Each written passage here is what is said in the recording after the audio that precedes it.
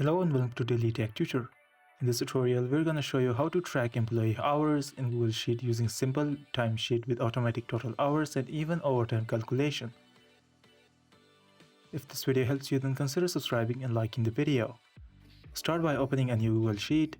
In row 1, create these headers: name, date, time in, time out, total hours, and overtime.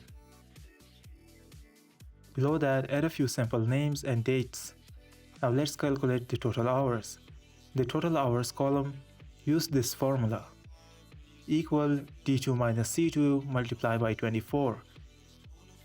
Assuming column C is time in and column D is time out, format the result as a number with 2 decimal places. Next, let's calculate overtime. Say your standard work is 8 hours. In the overtime column, enter equal if E2 greater than 8, comma, E2 minus 8, 0.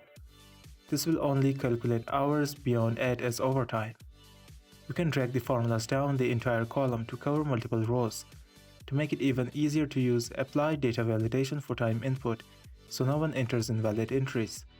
You can also freeze the header row and apply conditional formatting to highlight rows where overtime is more than 2 hours. This was for today's tutorial. If this video helped you, then consider subscribing and liking the video.